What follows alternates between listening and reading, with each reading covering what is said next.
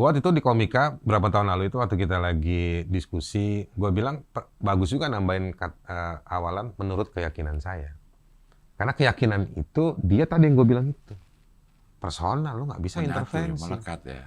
Tetapi memang ada forum dari keyakinan itu. Forum itu artinya ekspresinya, gitu. Tetapi ekspresi tersebut juga dia tidak dengan mudah diserang karena ekspresi tersebut bagian dari keyakinan. Tapi Pak Haji pernah ngomong nggak ini disangka atau sudah diduga, udah disiapin atau? Nggak sadar resiko, sadar. Bukan sadar resiko, emang kalau gue nista agama ya gue masuk penjara, bukan. Menyentuh nama-nama tertentu, menyentuh produk-produk politik tertentu, di situasi yang seperti ini, ya ada resiko itu.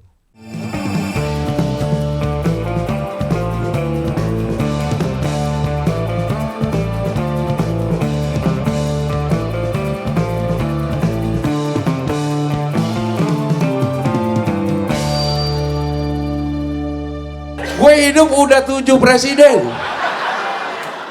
Soeharto, Habibie, Gus Dur, Megawati, SBY, Prabowo.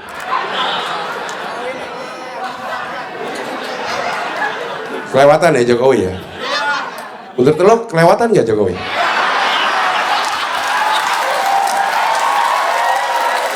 Sama satu, wah kepala sekolahnya bagus nih, public speakingnya oke. Lulusan luar negeri.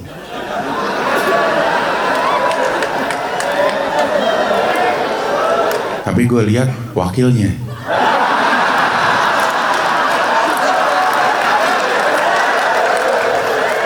Agak dah, SMA 2, kepala sekolahnya tegas. Kayak pensiunan militer kayaknya ya. Tapi jogetnya jago. Tapi gue lihat wakilnya. Agak dah, SMA 3, kepala sekolahnya kayaknya berwibawa di kebapaan. Rambut udah mulai memutih. Wakilnya juga orang pinter nih. Profesor katanya.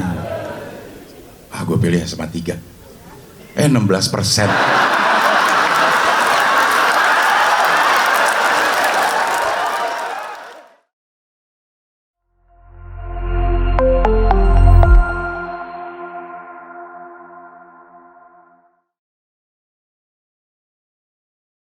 Udah nih? Udah. Oke, sekarang kita wawancara sama Haris Azhar. Hey. Haris, lo orang Padang ya? Padang Pasir. Orang Padang? Bukan. Orang apa? Waduh, kalau dibilang orang mana, campurannya banyak, Bos. Mananya campurannya? Campurannya ya? Iya. Ada Sulawesi Selatannya. Oke.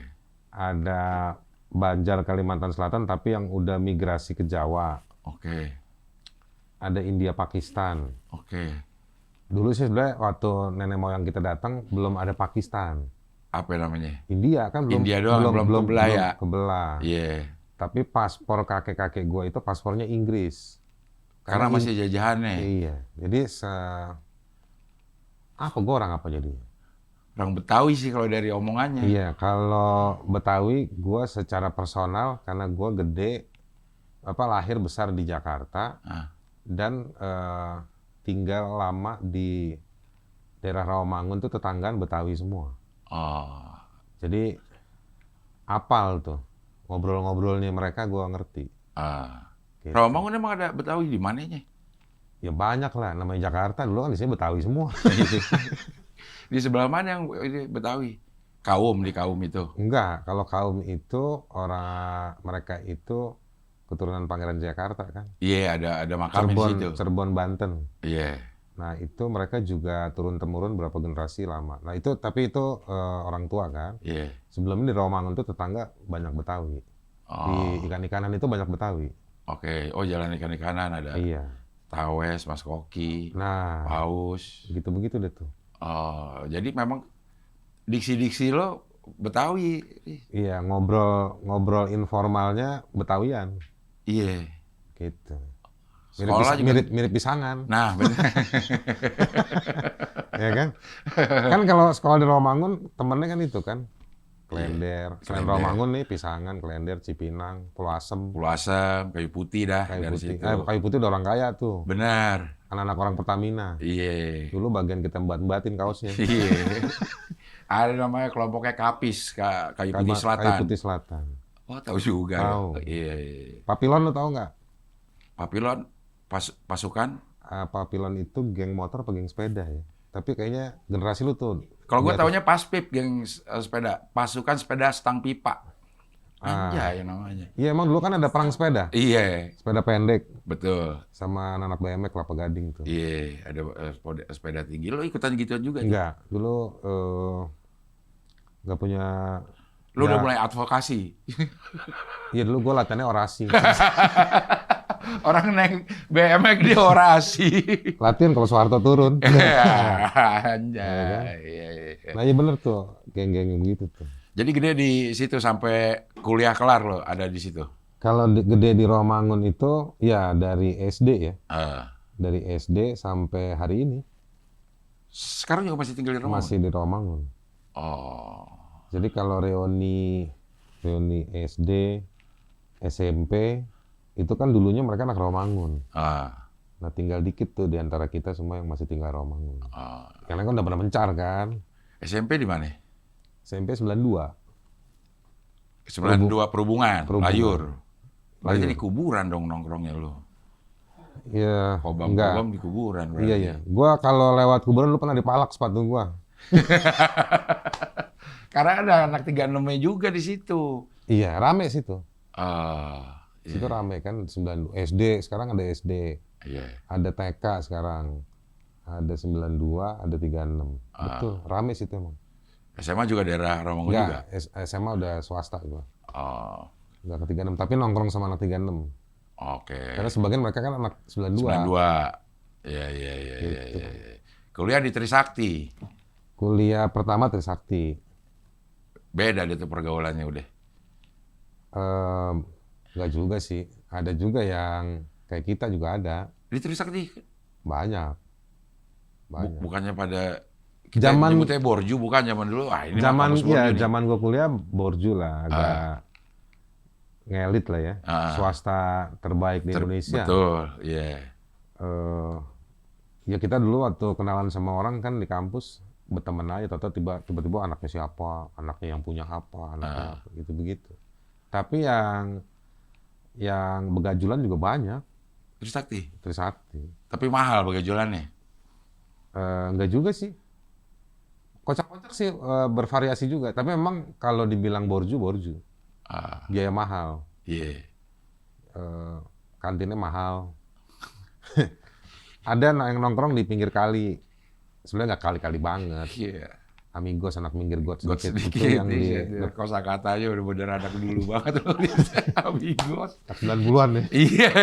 Itu yang di ini, Cing, di mana? Ngadepin, seberangnya terminal Grogol. Grogol. Yang pintu sebelah sana, pintu Kiai Tapa tuh. Jahit apa ya? Kalau pintu yang sebelah sini Nggak ada yang nongkrong. Bawa asap knalpot kan. banyak bis ya. Banyak tol apa segala Ah. macam. Nah, jadi yang banyak nongkrong itu yang di pintu Kiai Tapa. Ah. Sama di belakang-belakang kampus ya. Oh. Banyak tongkrongan, Banyak tawakal, apa segala macam. Berarti waktu 98 lu masih udah kelar? Di situ. Ada di situ. Ada di situ. Ada. Pas kejadian yang- Pertanyaannya jangan udah kelar. Mestinya sih udah kelar. Cuman belum waktu itu. harusnya sih ya. Umurnya udah banyak juga. Harusnya. Jadi kalau gue ditanya sama orang, kenapa lu kuliah waktu di Trisakti lama? Ya banyakin temen gue bilang. Ay. Satpam, rektor gue kenal ya kan. Masih di kampus waktu itu. Itu gimana sih kalau pas lagi kejadian itu, lu ada di situ gak? Ada. Ya kita bagian yang ditembakin lari-lari itu, untung nggak kena ya. Gue bisa ngeles. Itu lagi bubar sebetulnya, terus ditembak. Itu lagi bubar. Lagi bubar, terus ada provokasi dikit, terus sebagian orang pada balik ke depan. Tapi kan waktu itu ultimatumnya dari polisi, ABRI waktu itu ya, Iya. jam 5 mesti bubar. Ada provokasi lewat jam 5, terus tiba-tiba bagaimana singkat kata ditembak. Provokasi artinya untuk tetap ada di situ, diprovokasi untuk tetap di situ atau? Jadi dulu waktu itu ada insiden. Jadi begitu dibilang suruh bubar, udah bubar nih kita. Kita sebenarnya udah jalan balik ke kampus. Waktu itu kan di depannya kantor Pemda. Sekarang udah nggak ada kantor Pemda. Habis Trisakti, Untar, kantor Pemda, Pemkot. Habis sebelah sana dikit tuh pintu masuk tol. Di situ kan di bloknya, terus udah jam 5 tuh orang mahasiswa udah pada jalan balik. Arahnya udah ke kampus. Oke. Nah, terus ada yang duduk-duduk. Nah, gue yang bagian yang duduk-duduk tuh, nggak jalan. Iya. Udah mulai renggang jalan, tiba-tiba di depan itu ada insiden kecil yang membuat beberapa orang itu balik lagi ke depan. Nah, insiden itu sama si polisi yang waktu itu masih ABRI ya. Udah akhirnya rame di situ, malah pecah tembakan, situ keluar meletus. Udah terus diarahin ke mahasiswa. Masuk ke dalam pagar Trisakti tuh udah. Gua waktu itu enggak, gua waktu itu masih di depan Untar sama geng gua lah, sama tongkrongan gua. Udah ada suara tembakan juga? Udah, jugar. Lari lah itu. Cuman kan dulu gua waktu SMA, jadi gua waktu lari gua inget tuh. Lari-lari tuh gua bilang sama orang, tenang, gara-gara kalau dulu waktu gua SMA, kan dulu kita kan suka dihadang sama STM. Iya. Nah, tiba-tiba tuh polisi datang. Kayak begitu tuh situasinya, dang-deng. Cuma kita bilang tenang. Jadi gue kebawa memori waktu SMA ke situ. Cuman nggak berhenti kan. Ya orang nggak percaya gue lah. Jadi udah bisa tenang, udah dar-dar. Masuk terus. Udah di situ masuk ke dalam kampus, pagar ditutup, tapi ditembakin dari luar ke dalam kampus. Nah itu yang kena di situ tuh. Iya, banyak yang meninggal, dan yang meninggal kan di dalam kampus. 4 yang meninggal, terus sebagian lagi yang kena tembakan, ada yang di luar, ada yang di dalam. Karena mahasiswa pasti mulai ditembakin, nggak semua yang lari ke kampus. Ada yang arah ke lampu merah perempatan tuh, ada lagi yang ke arah mall Ciputra. Sekarang Ciputra, dulu Citraland. Citraland ya. Nah, ada yang lari ke sana kan, itu juga ceritanya lucu-lucu tuh. Lucu. Banyak ceritanya lah itu. Kocak-kocak ceritanya. Ya, misalnya mengerikan tapi lucu gitu. Maksudnya bukan sesuatu yang biasa, orang harus mengada-ada kan, supaya aman. Kayak begitu. Yang di kampus ya seru juga tuh. Tapi anak-anak kan waktu itu ditembakin terus ngelawan. Ngelawannya dengan cara? Jumroh. Lempar-lempar? Iya. Oke. Pakai batu, pakai apapun. Ada gas air mata yang dilempar ke dalam kampus, diambil, dilempar lagi. Wow. Gitu. Yeah. Cukup heroik lah. Asik ya. Kayak gitu-gitu. Jam berapa baru keluar? Jam 8, jam 9 gitu baru bisa keluar. Oke. Tapi kejadian itu yang bikin lo jadi aktivis? Atau udah jadi aktivis tuh di masa-masa kuliah? Sebelum itu kan udah dibilang aktivis juga gimana ya? Ya udah ada gerak-gerak lah. Di kampus gue. Iya ikut. Kalau sekarang BEM, dulu kita bilangnya Senat. Senat ya. Beberapa inisiatif mahasiswa di luar Senat. Terus gue juga dulu di kampus ikut seni budaya. Unit seni budaya. Setelah itu gue jadi sutradara bikin teater kolosal. Soal 12 Mei apa segala macam. Ikut-ikut begitu, bikin begitu. Nah, terus tertarik di isu-isu. Di isu HAM. Ya, gue emang pada dasarnya gue demen urusan soal kayak hukum, ilmu sosial gitu. Jadi pas kuliah tambah demen. Salah satu yang bikin gue penasaran itu soal HAM. Nggak diajarin kayak zaman sekarang, Bos. Dulu ngomongin HAM kayak ngomongin jin iprit kita dulu. Bukunya nggak ada, nggak ada dosen yang mau diskusi soal HAM. Nah, tapi entah bagaimana gue punya ketertarikan, dan ada dosen-dosen muda di Trisakti zaman gue yang mau mendiskusikan soal HAM. Udah akhirnya, tapi juga itu majornya waktu itu bukan kelas HAM, itu kelas hukum humaniter. Humaniter itu hukum perang internasional. Ngobrol-ngobrol di situ lah soal HAM. di situ ruangnya sama mereka. Padahal gue bukan anak hukum internasional, Oke. tapi mereka appreciate diskusi dan lain-lain. Banyak belajar juga sama dosen-dosen muda itu. Ah, Eh, terus pas situasi kan secara politik publik luas eh, makin mengeruak ya. Ada peristiwa penculikan, penghilangan orang, kerusuhan, peristiwa 27 Juli. Jadi nggak bisa ditahan lagi orang diskusiin. Jadi 27 antara Juli itu realita sama ilmu ketemu nih kita diskusi-diskusinya kayak gitu. 27 Juni itu yang PDI 27 itu? Juli. Oh, Juli. Iya 277 Oke. Kuda Tuli itu. Kuda Tuli Oh. yang penyerangan kantor PDIP. Iya. Itu 96 kan, 97 lalu 98. Nah, itu yang ya gue punya passion pribadi. Tongkrongan gue juga nggak gitu-gitu amat. Tongkrongan gue mah happy-happy aja, anak metal, Iya. bercanda-bercanda, ngomongin tugas kuliah, apa segala macam.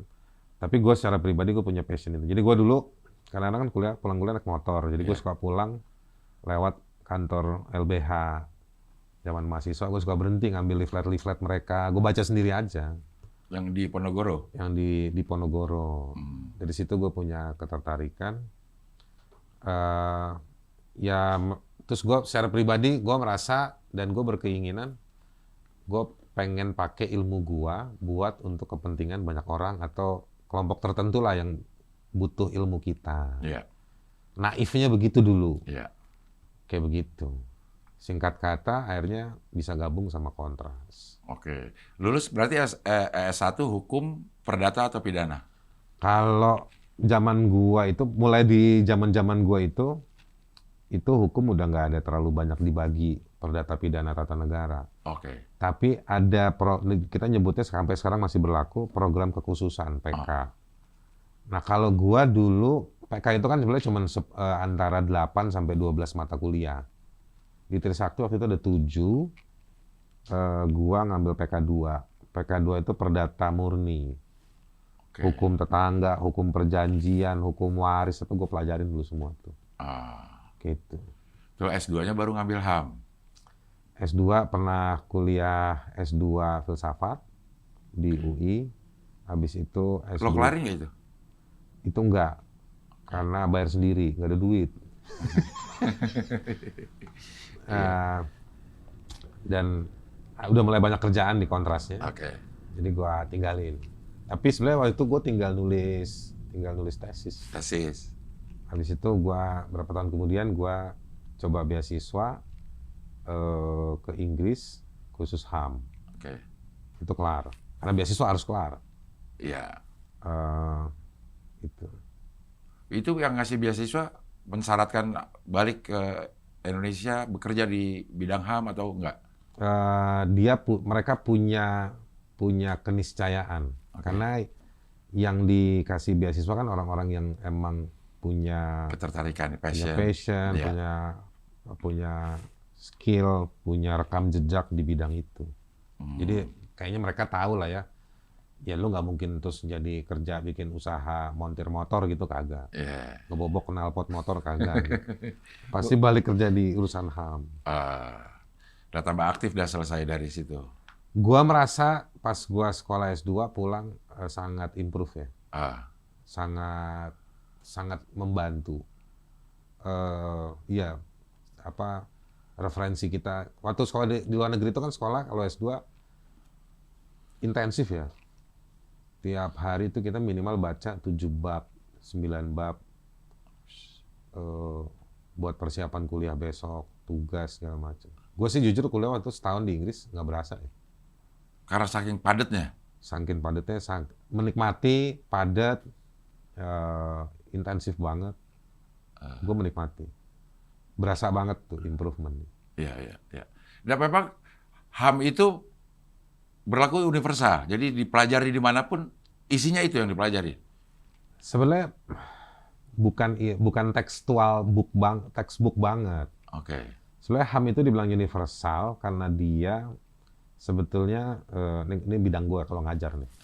Oke. HAM itu sebetulnya kalau balik ke soal fungsi kata kan. Kata itu kan simbol. dia memudahkan tentang sesuatu. Nah, hak asasi manusia, dia juga sebetulnya bukan seperti dituduh orang ini barat, ini kafir, gitu-gitu. Iya. Nggak gitu sebetulnya. Hak asasi manusia itu dia simbol untuk memudahkan buat kita tahu bahwa yang kita bicarain ini manusia. Oke.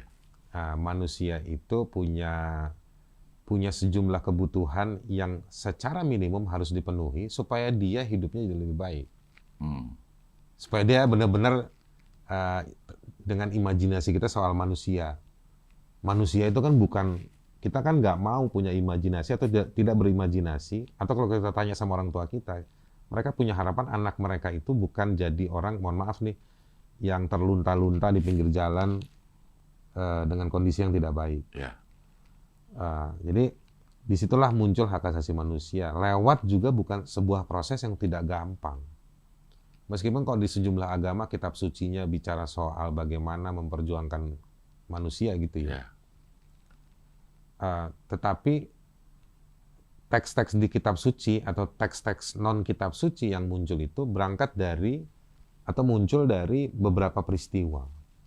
Nah, jadi hak asasi manusia sampai ketemu terminologi hak asasi manusia aja itu butuh berabad-abad. Oke. Karena dulu pun gerakan HAM itu nyebutnya the rights of man.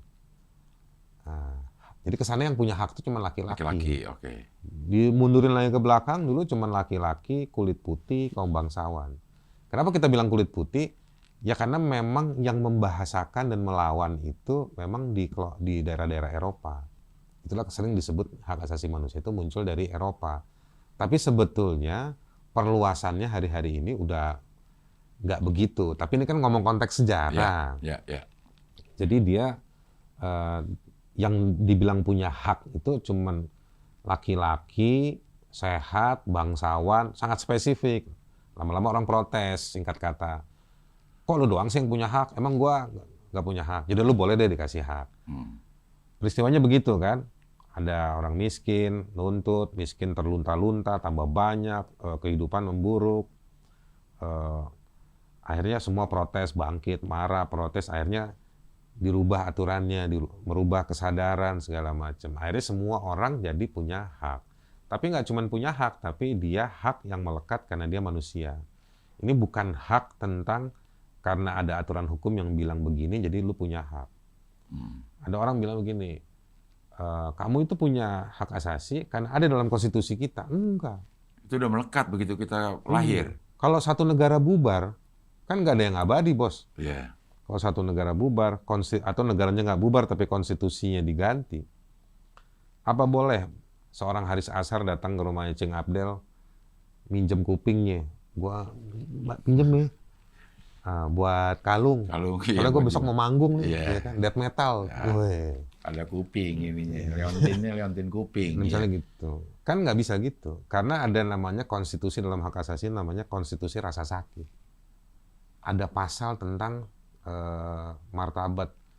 Kan kalau kuping lu nggak ada misalnya secara look, secara estetis ataupun secara fungsi ada yang berkurang. Iya, ada yang hilang ya. Ada yang hilang. Nah, jadi hak asasi manusia secara akademik, secara ilmiah, dia adalah sesuatu yang lebih dalam, lebih tinggi daripada hukum. Oke, berarti apa yang melekat nih? Kalau bisa ini hak asasi manusia yang melekat sebagai manusia itu ada hak yang dia ada buku tuh satu yang nulis tentang filsafat hak tuh. Nulisnya namanya Peter Jones. Dia judul bukunya buku tua banget, buku tahun 80-an. Judul bukunya Rights. Bagus tuh pembagiannya. Salah satunya mau gue share di sini gini. Ada hak yang dia melekat sama kita tentang misalnya nyawa kita, nafas. Nah, itu dia hak yang siapapun nggak boleh ganggu gugat. Oke. Justru ketika kita menunjuk si A, si B untuk jadi penguasa, supaya lu ngelindungin gua. Jangan sampai ada orang lain atau pihak lain atau hal-hal lain yang mengganggu atau yang bisa mengambil nyawa gue.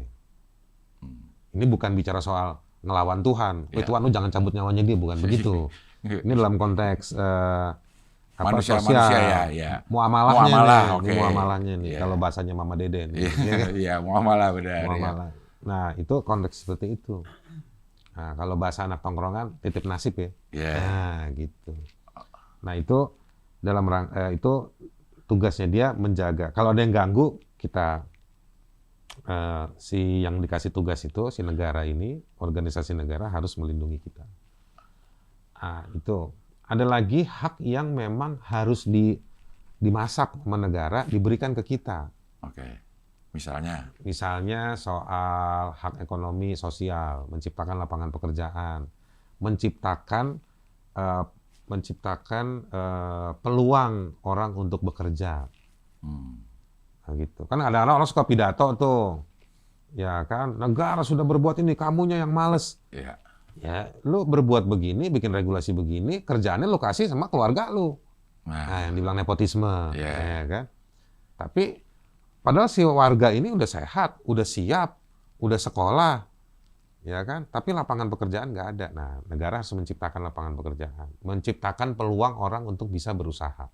Supaya hak asasi manusianya bisa Kan berjalan. ada hak atas pekerjaan. Oke, ya. Nah, jadi itu negara harus di sana. Atau negara harus bekerja sama dengan kelompok-kelompok tertentu supaya kelompok tertentu biasanya swasta menciptakan lapangan pekerjaan. Gitu. Ada lagi sekolah, hak atas pendidikan. Atau lagi ada hak ruang publik. Negara tidak menghalangi orang untuk keluar rumah dan jalan kaki.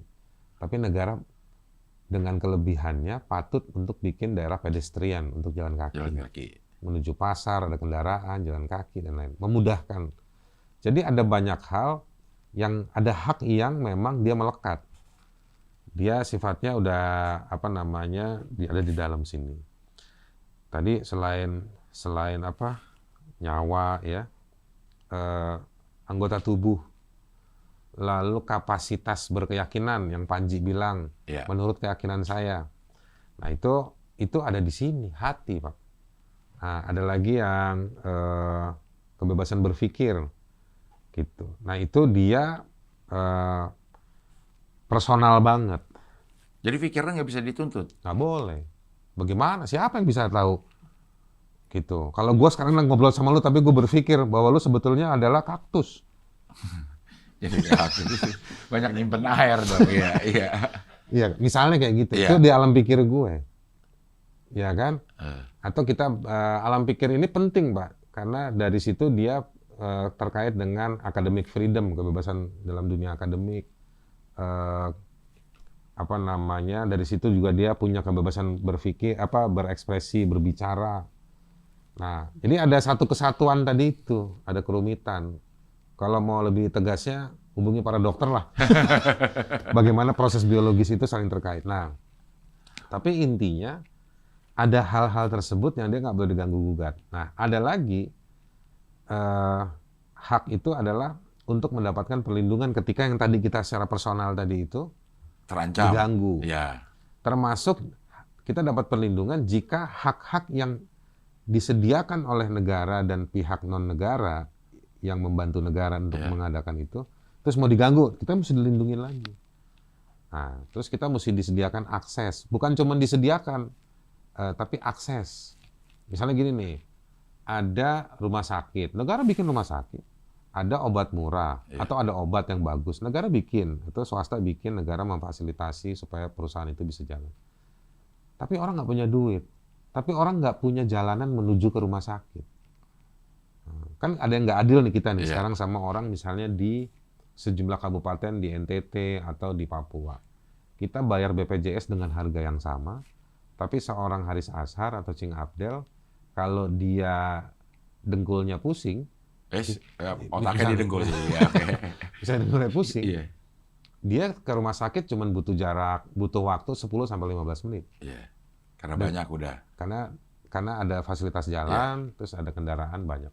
Tapi di beberapa daerah untuk dapat menggunakan BPJS-nya, dia harus naik kendaraan yang dia nggak punya juga kendaraannya. Tapi kalaupun dia ada dan dapat pinjaman, itu butuh 3 jam. Oke. Misalnya kayak gitu. Nah, itu artinya negara menyediakan tapi belum merata. Oh, Nah, itu gambaran-gambaran apa namanya, jugglingnya kalau kita ngomong soal hak asasi manusia. iya, iya, iya. Nah, hak-hak yang bisa kita dapatkan pada saat negara sudah menyiapkan fasilitasnya, kalau si negaranya PA. bukan, belum bisa. Kita sebagai warga negara punya hak untuk Harus, bukan punya, harus menuntut. harus menuntut. Iya. Disitulah ada teorinya lagi tuh. Kita punya hak, kita berkumpul untuk menunjuk wakil kita untuk melindungi dan memenuhi. Jika yang ditunjuk dikasih kewenangan untuk melindungi dan memenuhi gagal, maka kita kembali lagi berkumpul. Oke. Berkumpul lagi, entah bisa untuk menanggulangi keurgenan, misalnya kayak zaman COVID gitu ya, negara kan perdebatannya waktu itu seorang nggak kerja nih gimana gara-gara COVID, makan Iya, gimana Bang? iya. Negara ya nanti kita bantu, tapi yang bantu warga, bantu bagi makanan. Iya. Gitu. Ujung-ujungnya negara cuman pidato, memang warga harus bantu warga. Iya, Ya, kalau kayak begitu, lu nggak usah jadi negara, kan kira-kira begitu. Nah, jadi teorinya begitu, individual, institusional, solidarity, Oh. gitu. Nah, rutenya kayak begitu. Nanti yang solidarity ini akan mengkritik lagi. Nah, itu hukum alam, Cing. Itu berlaku universal. Itu hukum alam, teori itu. Cuman para penguasa ini kadang-kadang katro. Ah. Jangan demo, itu antek asing. Ah. Nah, gitu. Padahal ya lu mungkin banyak baca buku tapi belum baca buku yang ini nih. Karena itu sebenarnya catatan buku-buku ini mencatat dari peristiwa-peristiwa yang alamiah. Emang begitu suratan takdirnya. Demo juga termasuk hak asasi untuk bersuara. Iya. Kita kan kadang-kadang menganggap demo gini loh. Demo itu kadang-kadang orang berkumpul Iya, atau crowd di sosmed. iya. Demo itu kadang-kadang namanya demonstrasi. Yang dipertontonkan itu bukan cuma soal berkumpul dan juga menyatakan satu secara eksplisit dan sadar ada ini. Kadang ada peristiwa yang dia demonstratif, Oke. sifat. Dulu orang suka bilang gini, susah ngelawan polisi. Punya duit, tanda kutip ya, Iya. punya duit, punya alat, senjata dan Senjata, macam-macam. iya. Punya aturan. Siapa yang bisa ngelawan polisi? Meletus Verdi Sambo. Ada demonstrasi dari dalam diri mereka sendiri. Gitu. Itu demonstrasi. Itu demonstrasi menurut gua. Sesuatu yang dipertontonkan. Sesuatu yang dipertontonkan. Iya. Dan dia akhirnya menuntut dengan bahasa yang dibalik ya. Bukan eksplisit kita datang ke Mabes Polri, demo, Iya. kami menuntut ini begini, enggak. Tapi peristiwa itu menuntut supaya ada perubahan. Nah, setelah 3 bulan peristiwa Verdi Sambo, akhirnya Satgasus yang tim khusus di Polri dibubarkan. Ya kan? Iya. Nah, jadi ada situasi-situasi yang sebetulnya dia bukan demonstrasi, tapi dia demonstratif. Demonstratif. Jadi ada hal-hal yang demonstratif yang akhirnya membuat orang Sadar punya hak. sadar punya hak, Betul. menuntut perubahan segala macam. Nah, demonstrasi adalah Orang-orang yang sadar dan mengkonstruksikan untuk membahasakan ada masalah, atau misalnya udah nyoba kemana-mana, dan akhirnya mereka berdemonstrasi. tapi itu ini nggak keniscayaan nggak sesuatu yang tadinya dilakukan diam-diam atau tanpa hal yang demonstratif terus tersumbat akhirnya ada demonstrasi atau Betul. tiba-tiba aja bisa ada demonstrasi. Gini bos, banyak orang itu ke Jakarta. Ah, Singkat kata karena kita ini Indonesia sangat sentralistik kan. iya, Kan banyak orang bilang Indonesia itu Jawa, Jawa itu Jakarta.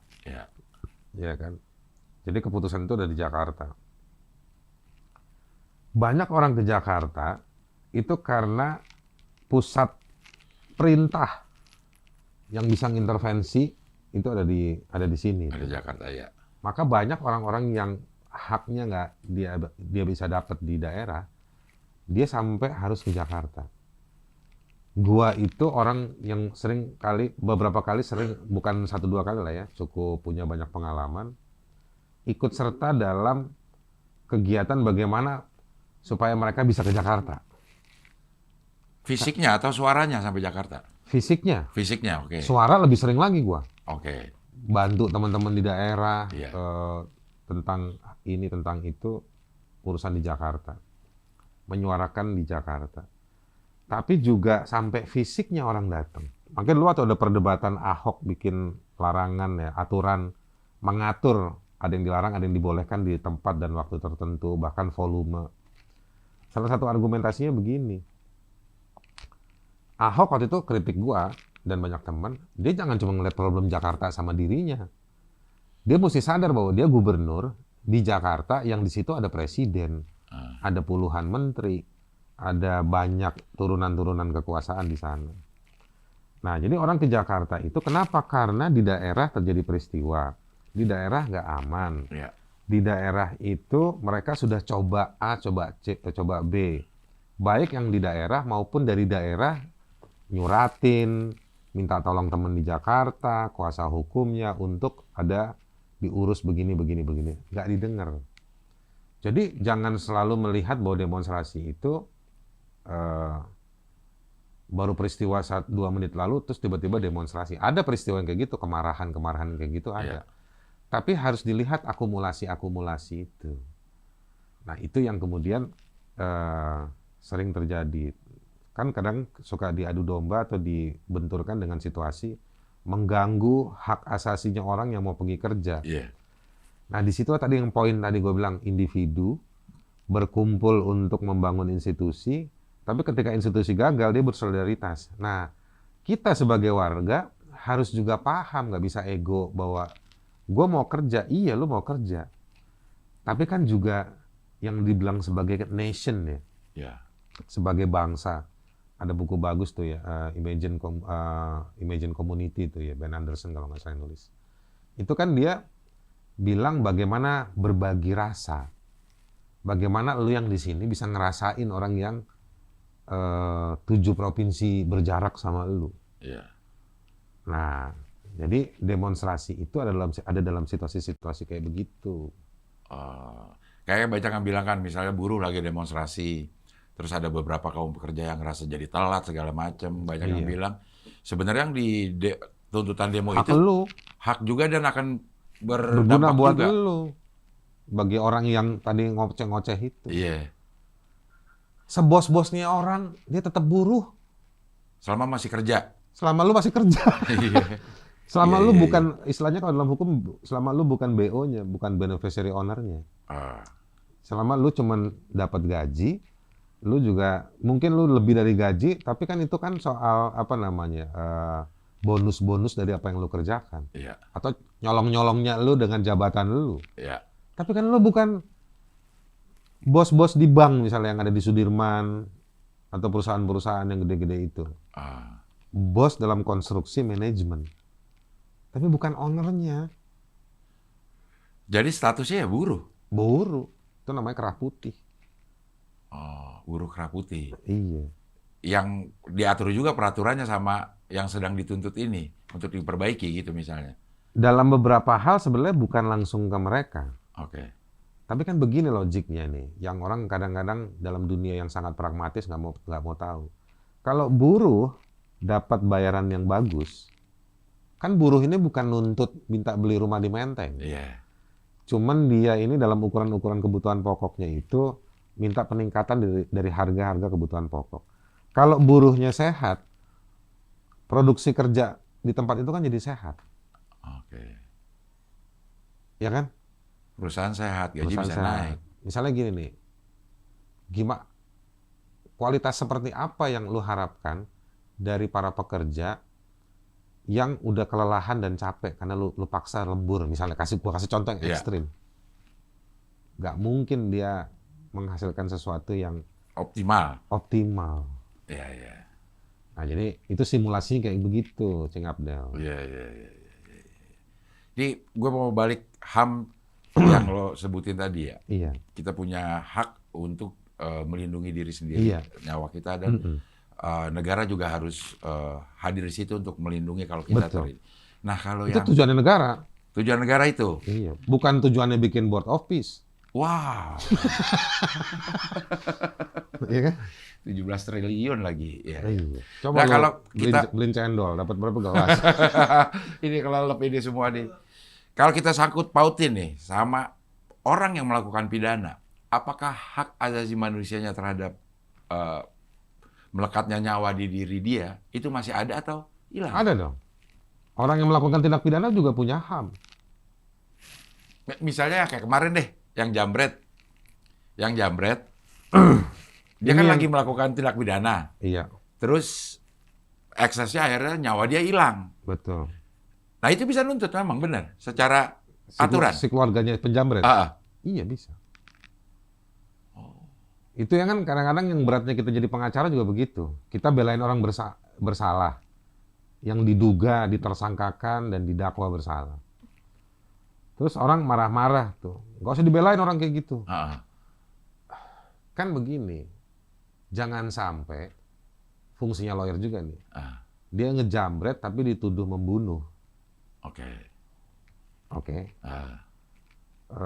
Jangan sampai dia ngejambret, barangkali dia punya komplotan jambret Oke. yang harus diungkap. Tapi kan dengan dia dibunuh, dari mana kita bisa ngegali barang jambretan lu jual kemana? Jadi ada kegunaan untuk membatasi secara proporsional. Gitu. Jangan misalnya apa ya? Kalau dalam dunia sepak bola nih, orang kan banyak nonton bola. Dia offside tapi hukuman kayak kita nggak pernah kan offside dapat kartu kuning, nggak pernah kan? Nggak pernah. Nah kalau dia offside tapi dikasih kartu merah, ekstrimnya Iya. kan nggak proporsional Iya. gitu. Nah jadi kalau ada jambret dibunuh ya memang ada kemarahan ya, tetapi cara terbaik adalah secara normatif nih ya. Iya. Ya memang diproses hukum. Jadi, tapi gue paham psikologi orang. Misalnya dalam soal hukuman mati. Orang itu dikit-dikit, ya hukum mati aja. Nah, gitu. Sebetulnya orang itu, gue khawatir gue mau mengatakan gini, orang tuh gue curiga atau khawatir banyak publik ini udah nggak percaya sama lembaga, Lembaga penegakan hukum ini. sama penjara. Oke. Banyak orang bilang penjara itu malah jadi school of crime. Bukan bikin jerah. Bukan bikin jerah, bukan kan lembaga pemasyarakatan, bukan menyiapkan seseorang yang jahat tadi itu untuk siap kembali ke masyarakat sebagai orang baik. Ya. Gitu. Jadi nggak bikin orang jadi baik. Gitu. Malah nambah ilmu kejahatan. Iya, cuman bikin orang lebih putih aja kan, nggak jarang kena Jangan matahari. ke matahari. Nah, jadi ada problem situasi seperti itu. Dan orang akhirnya bilang, udah emang hukum mati aja gitu. Nah, jadi memang menghukum orang juga harus proporsional. Gitu. Teorinya begitu, rumusnya begitu. Nah, tapi harus dilakukan nggak? Kalau kita pakai kasus aja ya. Kasus yang kemarin itu orang dijambret, suaminya ngejar. Oh, kalau itu sih beda pertanyaannya tadi. Ini yang kasus itu ya? Iya. Kalau kasus itu namanya kalau dalam istilah hukum internasional atau di hukum laut internasional ada istilahnya namanya hot pursuit. Pengejaran. Pengejaran seketika jika Oke. ketika ada kejahatan.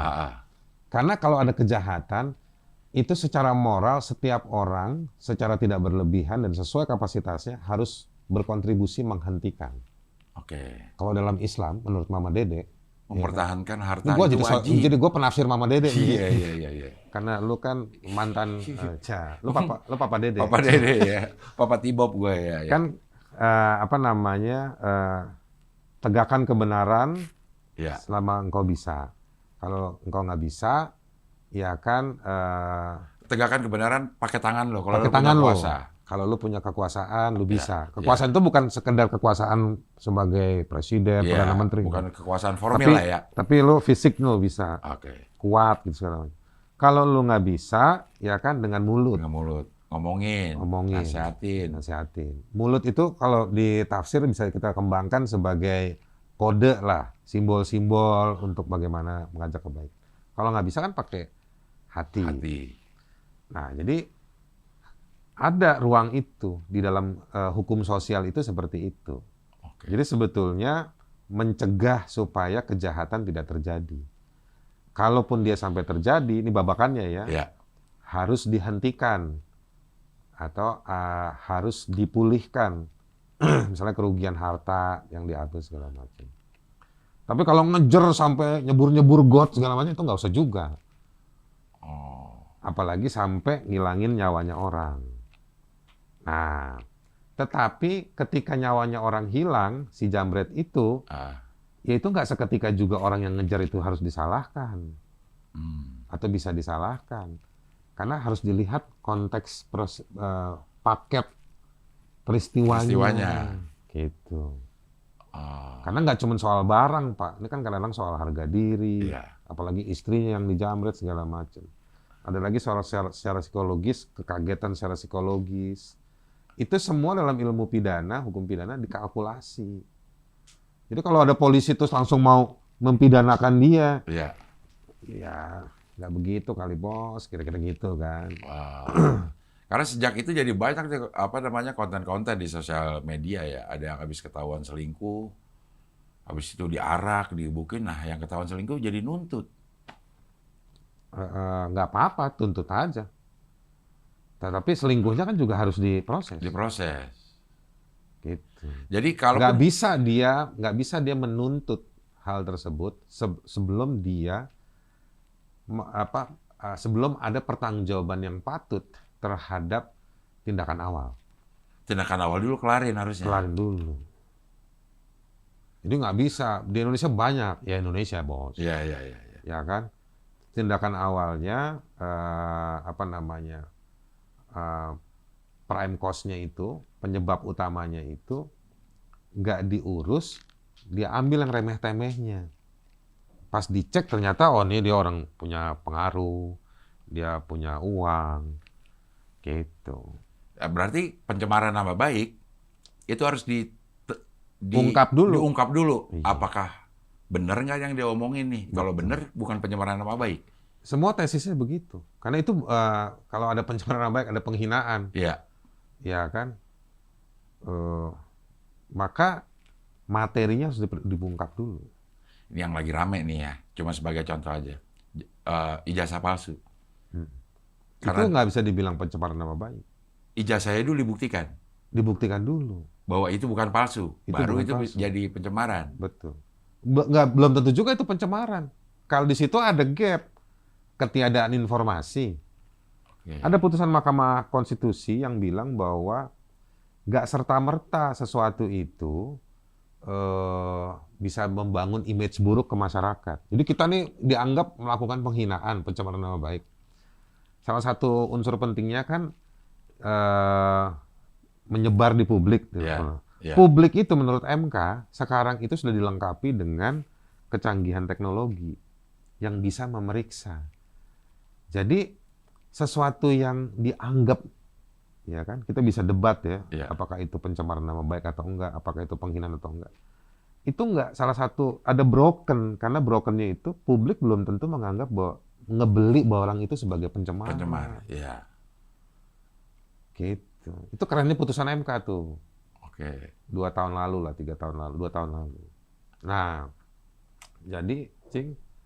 Sorry. Misalnya yang tadi ada publik yang merasa dicemarkan dengan tindakan seseorang, ada publik yang merasa itu sih nggak apa-apa.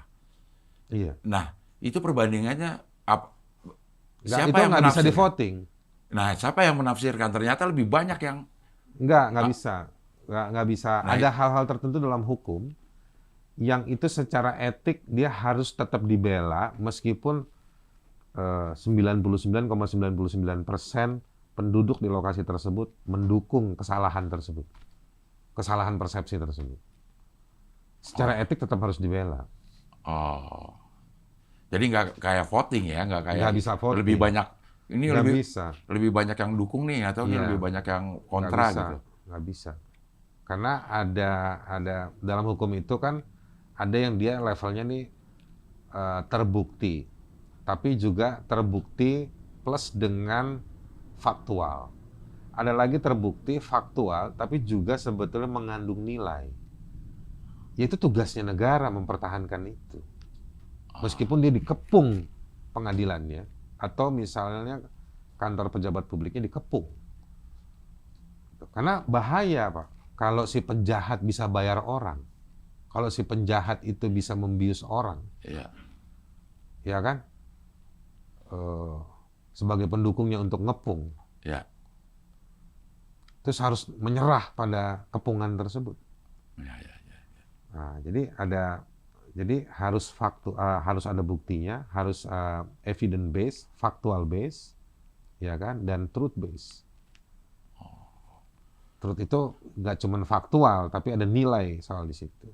Nah, itu harus dipertahankan. Jadi, Gitu. Wah, semuanya jadi tafsiran aja dong. Gimana kita menafsirkan sesuatu dan Kalau dalam kasus pidana, betul bagaimana kita karena fakta itu cuma sekali. Ketika terjadi, ketika dibawa ke pengadilan, apa dia fakta? Dia kan diwakilkan oleh alat bukti, dibahasakan dengan argumentasi. Sebelum diargumentasikan, dia dikonstruksikan dulu. Nah, ada nggak koherensinya, keterpaduannya? Nah, di situ baru diargumentasikan, baru dicari keyakinan. hakim deh tuh. Hakim, Pak. Ujungnya keyakinan Iya, tuh hakim. hakim. Yang punya keyakinan tuh hakim. Keyakinannya nggak bisa di challenge. Bisa. Oh, ada bisa, banding, ada bisa, itu ya. Bisa. Ya. Nah, itu menariknya hukum, Pak. Jadi apa yang terjadi harus dikonstruksikan di pengadilan, Iya. ditafsirkan lewat pasal-pasalnya segala Atau macam. forum hukum ya. Forum hukum ya. Nggak melulu pengadilan, tapi sekarang udah banyak forum hukum. Di luar pengadilan. Iya, misalnya forum mediasi. Oke. Itu lebih setara tuh biasanya. Hmm. Kalau bahasa anak sekarang lebih chill. Lebih chill. Iya, Iya, kan? iya. Nah, itu ada mediasi atau ada forum pengawasan kayak gitu-gitu. Iya. Kalau di kasus Panji, kasus Panji, lo pengacaranya kan? Iya. Itu apa sih yang jadi sebenarnya lagi dituntut atau di apa ya namanya? Dilaporkan. Dilaporkan. Itu permasalahan yang mana kan dia banyak nih. Apa pencemaran Gibran atau Maksud lo Gibran tercemar? bukan penghinaan terhadap Gibran Iya. atau terhadap institusi atau Iya. terhadap Mungkin sih kalau soal Gibran motivasinya ya. Backgroundnya, tapi yang maju ke laporan polisi bukan soal Gibrannya. Karena Gibrannya udah nampil di sohib-sohib ente itu kan. Iya, udah enggak, udah aman gitu Iya. ya. Terus bersuara gitu. Dan ada statement dengar dari wartawan kemarin Gibran oke katanya sama kritik Panji apa segala macam. Tapi sebenarnya gini, pertama gini dulu. Panji ini kan sejauh ini dilaporkan ada 5 laporan ya terkait dengan mens rea itu. Yang dilaporkan potongan dari performnya dia yang 2 jam lebih dikit itu terkait dengan sejumlah frasa atau sejumlah kalimat atau sejumlah ekspresi yang menyitir soal kata-kata soal sholat di dalam frasa, kumpulan frasa itu. Nah, itu yang dilaporkan. Nah, dilaporkan dengan tuduhan penistaan agama kalau menurut bahasa KUHP yang baru. Pasal 300, pasal 300. Penistaan agama. Dan yang kedua dilaporkan dengan pasal 301 menyebarluaskan, bahasa gampangnya gitu ya. Menyebarluaskan. Nah, yang kemudian didiskusikan adalah apakah betul itu adalah penistaan agama. Oke. Nah, gue sebagai lawyernya Panji, gue mau bilang, Panji tidak melakukan penistaan agama. Panji menggunakan kata sholat, betul, itu adalah terminologi agama di dalam satu kumpulan kata, frasa atau kalimat. Yang pertama gue mau bilang, tujuannya gini loh, Panji mau bilang, kenapa lu kepada yang datang Iya. sebagai mungkin perwakilan warga atau bagian dari warga, kenapa kita ini mau milih pemimpin? Ini jadi soal politik, bukan soal agama. Oke. Milih pemimpin dengan dasar-dasar di luar dari kompetensinya dia kalau dia terpilih jadi pemimpin. Ya kan? Misalnya nih, yang dilihat soal sholatnya, rajin sholatnya, bolong-bolong apa enggak. Ya. Nah, Panji ngomong gitu. Panji mau bilang, Panji nggak bilang bahwa nggak penting tuh sholat. Bukan. Tapi jangan kita Jadikan itu satu-satunya alasan untuk memilih dasar pemimpin. memilih pemimpin. Oke. Gitu. Kalau menurut gua, ini sih kualitas ustadz nih. Hmm. Ekspresi Panji itu adalah ekspresi kiai atau ekspresi orang yang sebenarnya paham agama yang harusnya ngajarin kita begitu. Ya kan? Ya, ya. Yang jadikan dasar kan soal agama Islam. Dalam agama Islam kita kan mengenal munafikun. Ya. Orang-orang yang munafik. Ya. Salah satu bentuk patahan kemunafikan itu adalah dia belaga taat, Ya. ya kan?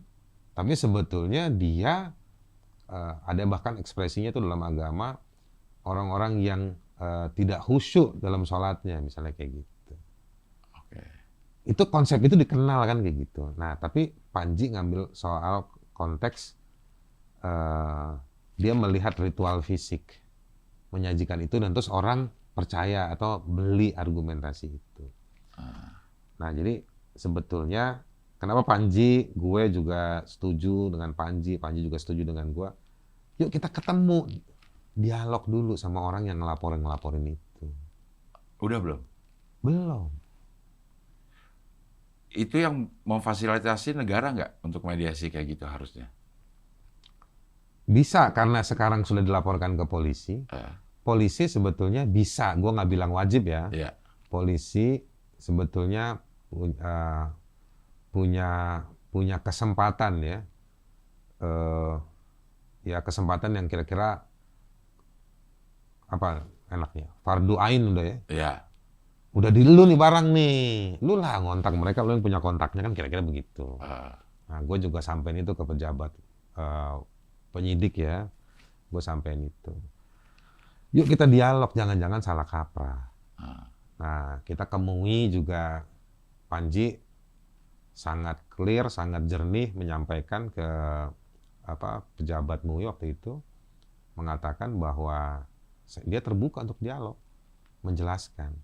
Nah, jadi niatnya dia, ini kan cocokologi aja nih, nama acaranya mensrea, emang dia punya niat jahat, bukan iya. begitu, ya kan?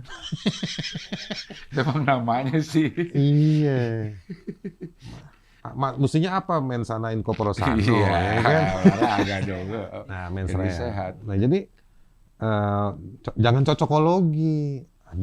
Kita harus ngelihat konteksnya, lihat agenda perform art perform itu apa. Iya, iya. Nah, kita pengen ada dialog itu. Iya, iya. Supaya jangan juga ada salah kaprah. Karena yang dibicarakan, tadi yang lu bilang, itu yang mesti diuji, penting nggak?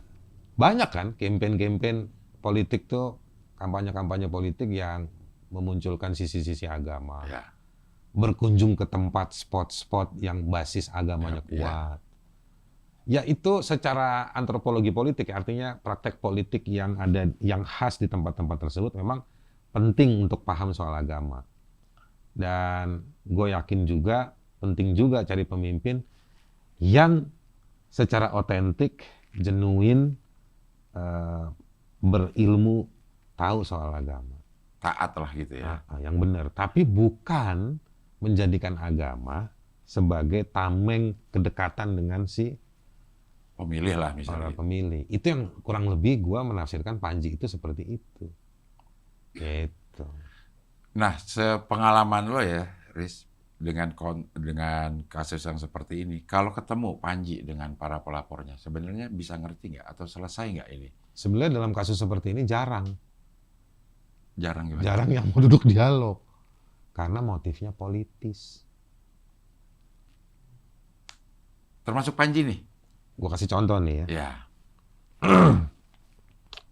Di pasal 300 judulnya penistaan agama. Oke? Ya. Penistaan agama. Di turunan pasalnya ada sejumlah unsurnya. Ya kan? Ada salah satunya disebut kepada seseorang, individu atau kelompok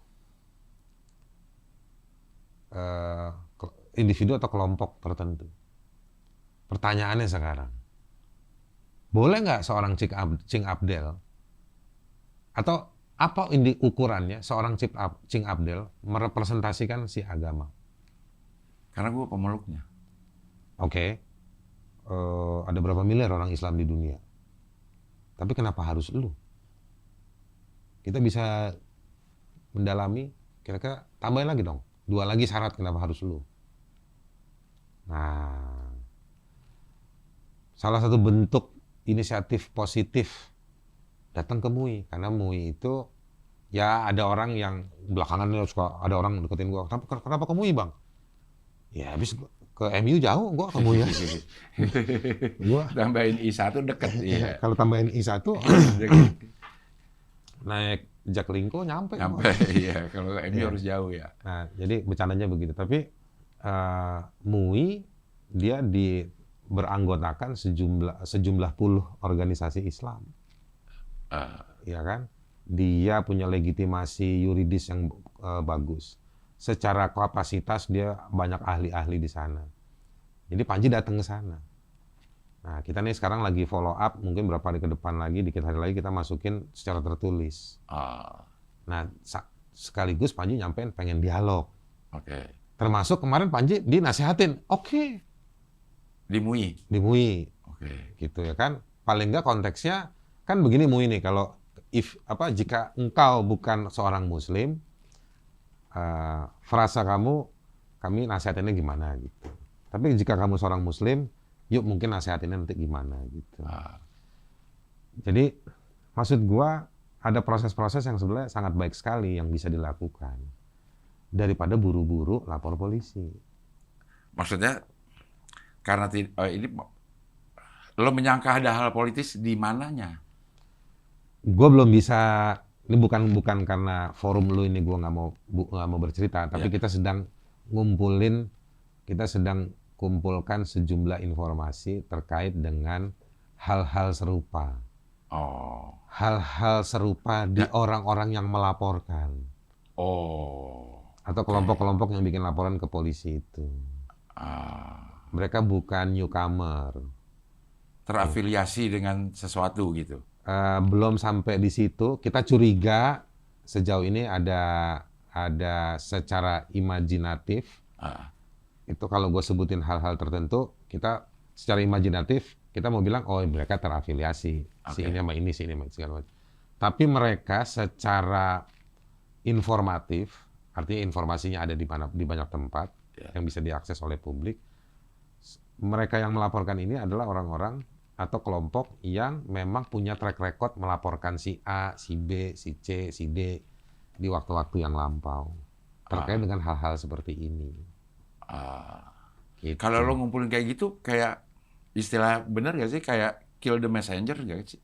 Kalau lo justru mereka yang kayak mau kill messenger si Panji. Gitu. Iya. Tapi ya Tapi ya, ini terakhir di pertanyaan. Apa yang dilakukan Kenapa oleh... mau kemana buru-buru? Lo udah ngeliat jam masalahnya ya. Kaget, ada yang nelpon tadi. Oh, ada yang telepon ya. Apa yang dilakukan oleh pelapor Panji, itu kan hak mereka juga bukan? Oh, itu hak mereka. Kita nggak pernah kita nggak pernah ngecengin bahasanya. Oke. Iya kan? Jadi- Ngecengin aja kagak, gimana mau ngelarang? Bebas, Bos. Iya, sama seperti yang lo sampaikan di awal, itu ada hak mereka juga Iya. untuk melaporkan. Haknya dia juga. Sekaligus menguji legal standing-nya kira-kira. Oke. Lu representatif nggak untuk muncul sebagai pelapor dalam soal penodaan agama? Kalau tadi ada satu kata individu Atau kelompok? atau kelompok, kan dia udah pasti representatif. Karena dia adalah pemeluk agama yang Iya. merasa agamanya dilecehkan. Udah representatif dong dia. Betul, bisa seperti itu. Bisa seperti, tapi harus diuji lebih jauh. Dari sisi soal hukum acara, prosesnya, Oke. dan juga dari sisi soal representasi substansinya. Oke. Gitu, ya kan?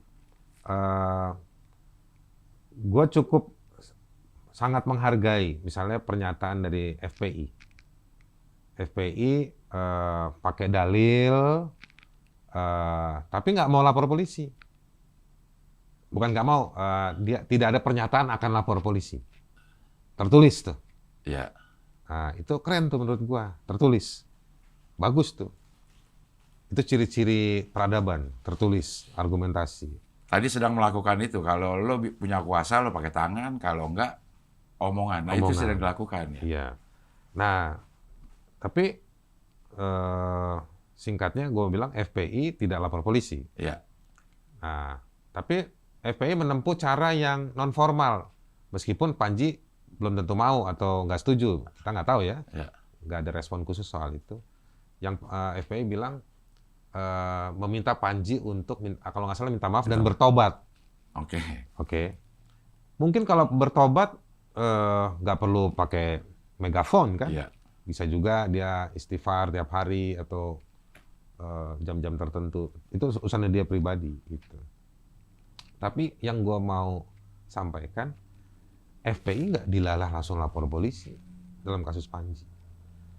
Nah, atau dari sisi proses, kenapa misalnya nggak datang dulu ke MUI? Kita atau MUI daerahnya Ah.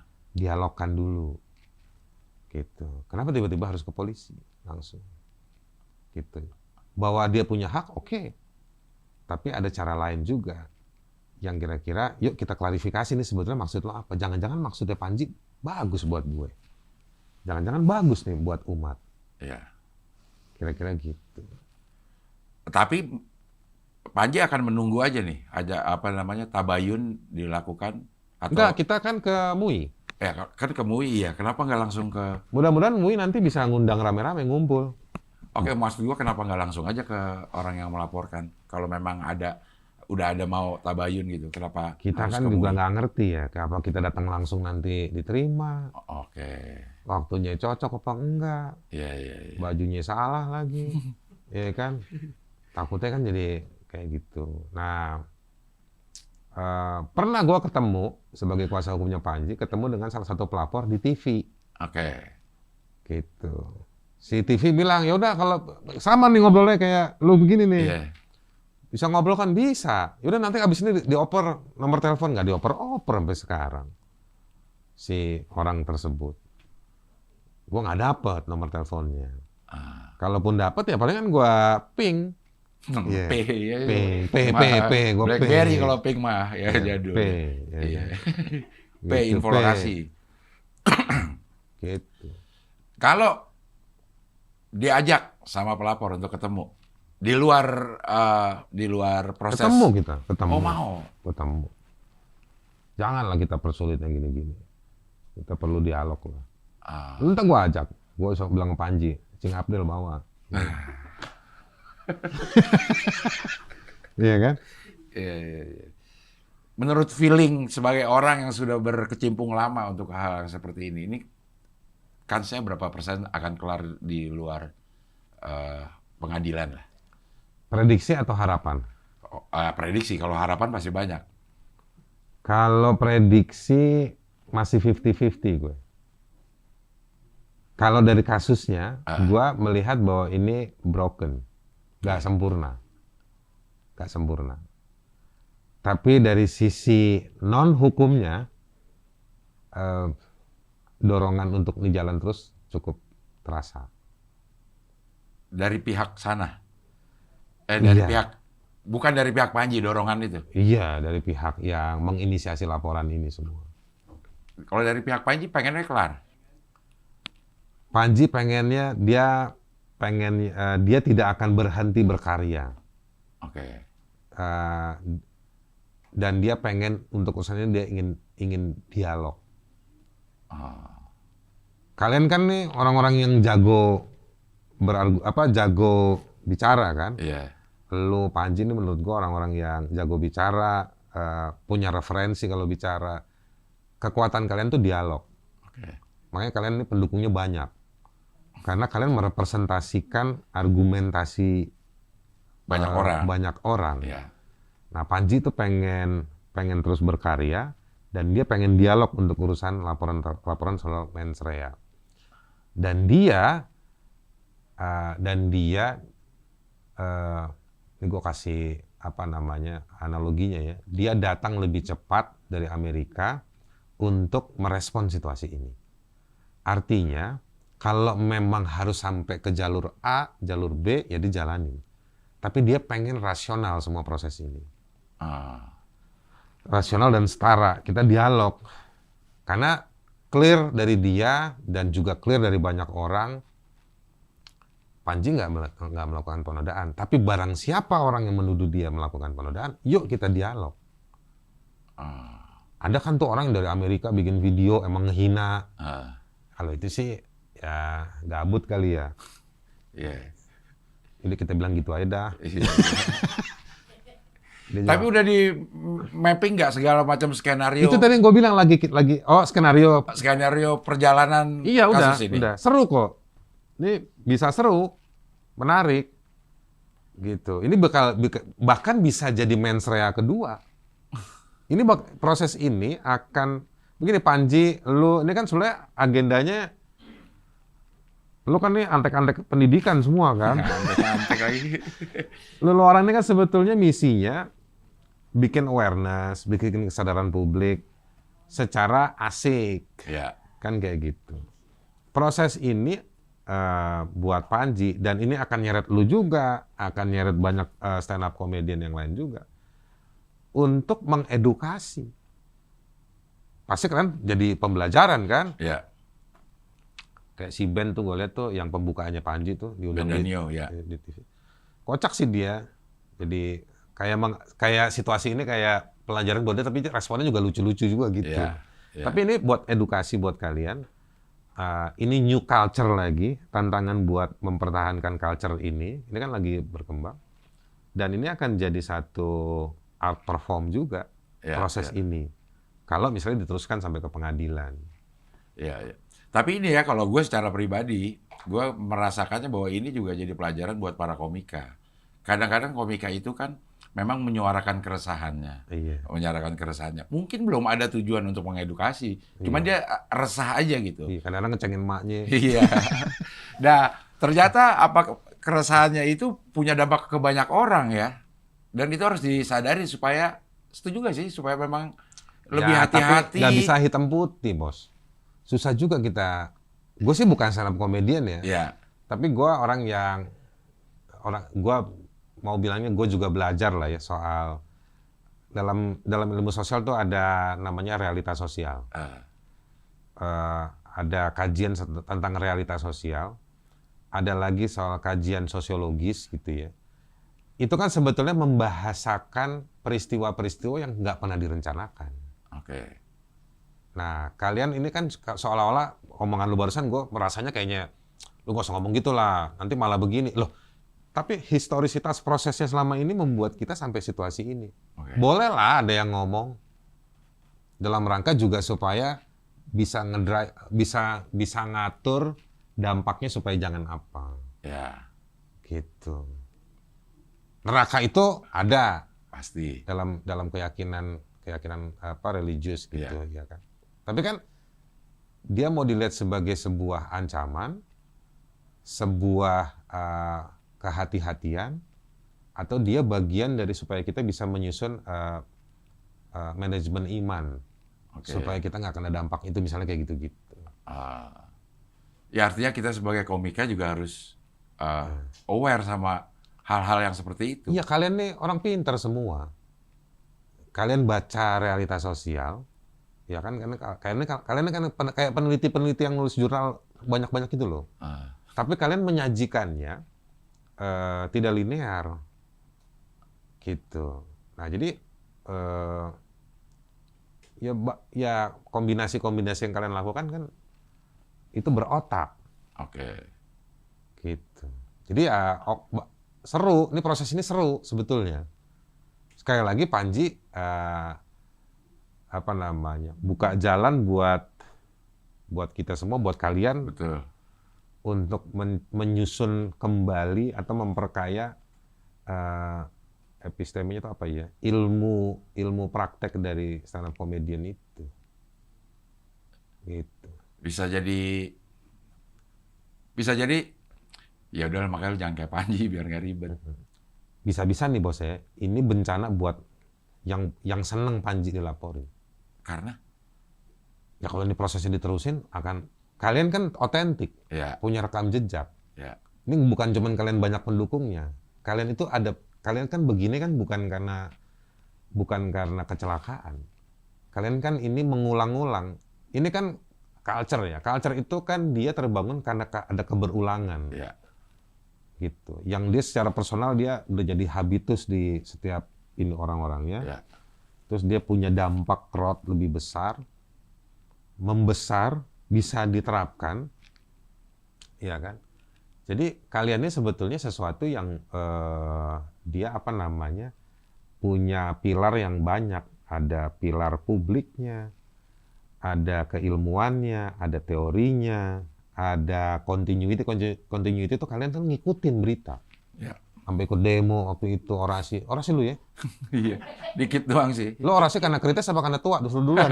Kayaknya sih karena suruh tua, karena tua aja Iya, gitu. iya kan? Hampir gak jadi gara-gara gak kuat naik tangga aja Iya. tuh. Akhirnya didorong. Gua itu mau datang kan, gua lihat wah udah ada orang lucu-lucu nih pasti dulu. Nah, jadi menurut gua kalian itu pilarnya udah oke. Ada continuity, keberlanjutan. Jadi maksud gua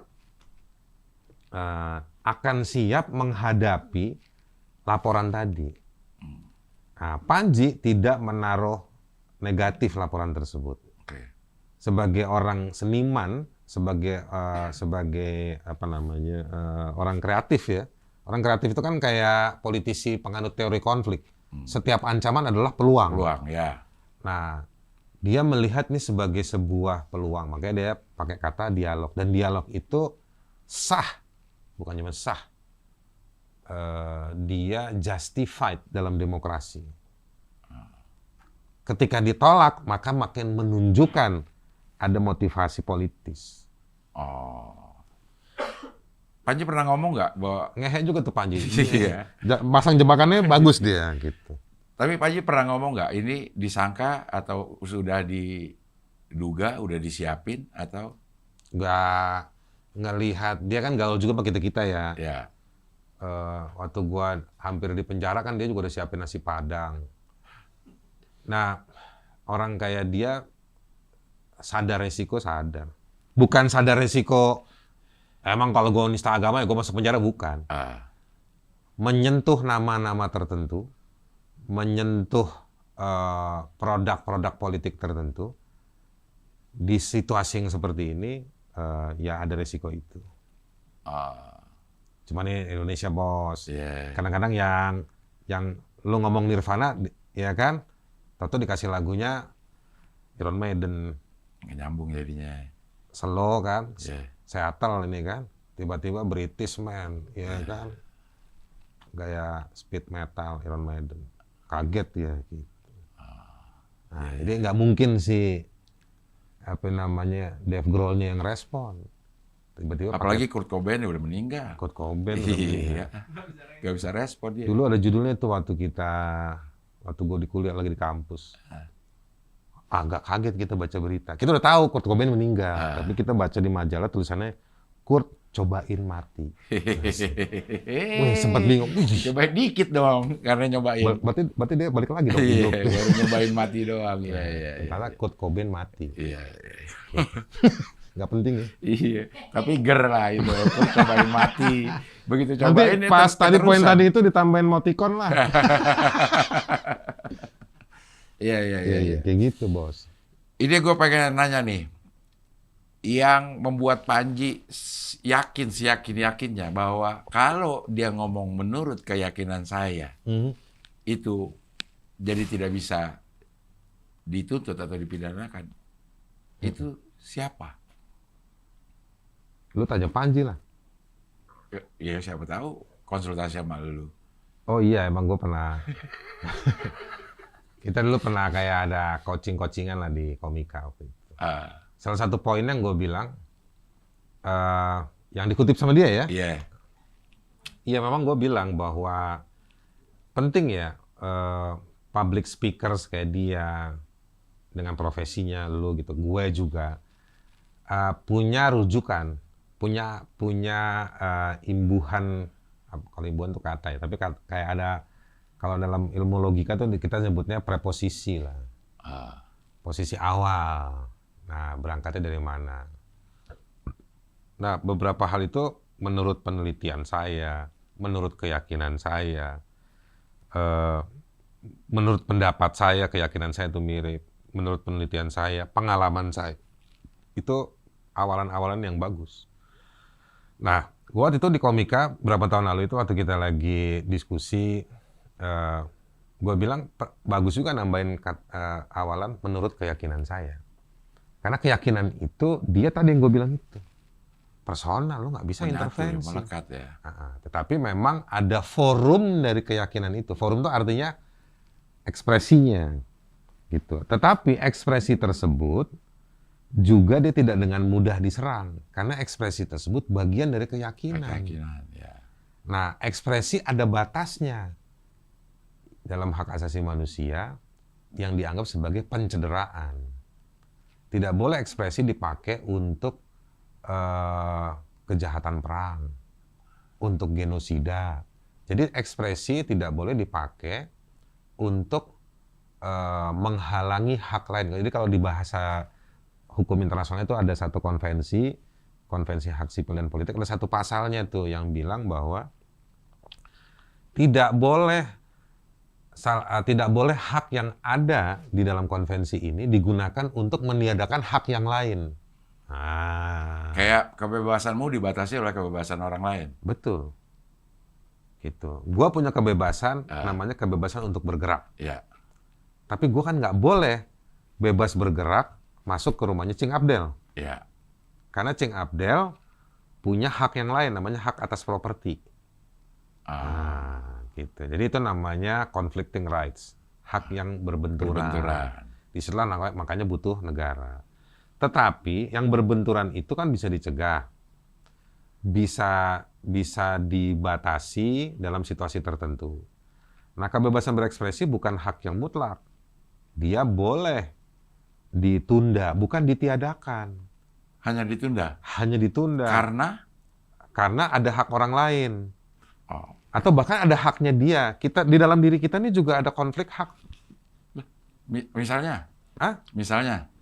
Lu mau demo, tapi lu perlu menjaga kesehatan. Lapar misalnya? Bukan lapar, lu langsung ikut keme aja sih. Kan lu jaga kesehatan, makanya ada nasi bungkus. Misalnya ada, kalau bahasa pisangannya ada penyakit nepa di luar, menular, nepa, kan? Iya. Nah, negara maksa lu supaya lu nggak boleh pergi ke daerah itu. Iya. Dipaksa lu, nggak boleh. Walaupun lu punya hak menyatakan pendapat. Iya, dan lu ditunda di situ. Oke. Nah, atau lu mau make, misalnya di kasus Rwanda, genosida tahun 91 ya. Ada orang yang menikmati kebebasan berekspresinya lewat sebagai penyiar radio. si orang Hutu. Orang Hutu ini lewat radio, dia nyebarin informasi di radio, didengar oleh banyak orang untuk ngebunuh orang Tutsi. Oke. Diadilin lah dia di pengadilan khusus untuk soal Rwanda itu. Argumentasinya dia kebebasan berekspresi. Kalau kata hakim ini, kalau kata orang hakimnya di sini nih, muke lu. Oke, lo jauh dekat gue garuk. Iya. Nah, lu pakai buat bunuh orang secara kejam. Ngilangin nyawa orang secara kejam. Nah, itu nggak diterima argumentasi kebebasan berekspresi. Nah, balik lagi ke soal Panji nih. Ya. Dia justru menggunakan kebebasan berekspresi, maka dalam hak asasi manusia lagi nih teorinya, satu hak itu terkait dengan hak yang lain. Nah, Panji sebagai bagian dari nation, dia pakai posisi sosialnya dia untuk membantu orang lain yang mungkin jadi korban secara tidak sadar tentang hak berpolitiknya. Hak berpolitik itu kan hak untuk memilih, dipilih, dan menjadi bagian dari kebijakan publik. Waktu dia memilih, mungkin dia nggak sadar. Gitu. Nah, itulah yang Panji coba sampaikan, dia concern-nya dia di situ. Keseluruhan dari pertunjukan Mens Rea itu ya, itu sih memang. Itu. Memberikan. Ujungnya kan dia bilang, Ya. kita nggak bisa ngandelin si Jupri, Iya. si siapa, si Mamat. Kita ngandelin diri kita sendiri. Si Jupri main gundunya salah. Iya. Si Mamat main ketapelnya nggak ada karetnya. Ya kan? Terus Wapresnya Gibran. Iya. Juga Presiden Gibran. Nah, jadi kita mesti ngandelin diri kita sendiri. Nah, itu sebenarnya basic sangat mendasar posisi seorang warga. Tadi yang gue bilang teorinya tuh. Muter lagi di situ ya. Balik ke warga. Iya. Nah, solidarity rights, hak bersolidaritas. Karena originnya manusia. Karena teknologi negara ini kan baru berapa abad. Konsep negara ini kan teknologi sosial ya gue menyebutnya. Ini kan baru berapa abad. Kita nih abad 21. Ya mungkin abad 16-an nih. Iya. Gitu.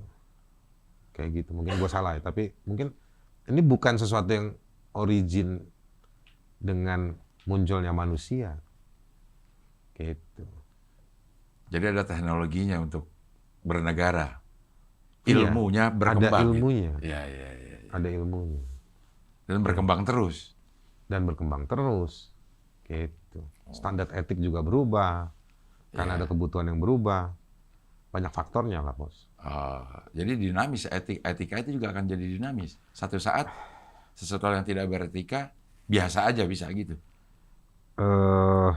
Normalisasi yang unethical gitu ya. Sebetulnya dia irisan apa? Sebentar, gue pilih kata yang tepat. Dia permaklumannya dengan kultur. Oke. Sesuatu yang tidak menjadi standar etik di satu tempat, itu tergantung juga dengan persepsi dan praktek sekumpulan orang di sana. Nah, itu banyak faktornya. Biar lebih gampang, kita kasih contoh ya. Ya. Hak asasi manusia, tadi lu di awal bilang, dia universal. Tetapi dalam banyak hal, sesuatu yang universal, dalam prakteknya sangat kultural. Oke, kita coba. Misal ya. Berpakaian itu universal nggak? Hak atas pakaian. Oh ya, universal. Dia universal. Ya. Tapi praktek berpakaiannya, dia sangat lokal. Betul ya. Oke? Ya. Bahkan kelokalannya pun dipengaruhi nggak cuma agama. Ketersediaan bahan. Oke. Cuaca, geografinya, ya kan?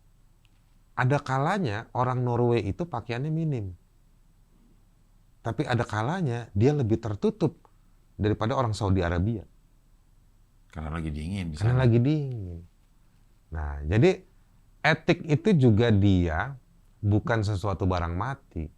Etik itu sebetulnya bukan produk. Etik itu adalah proses menguji kepantasan dan kelegaan hati kita terhadap sebuah praktek. Kelegaan hati itu misalnya keyakinan. Ya. Iya.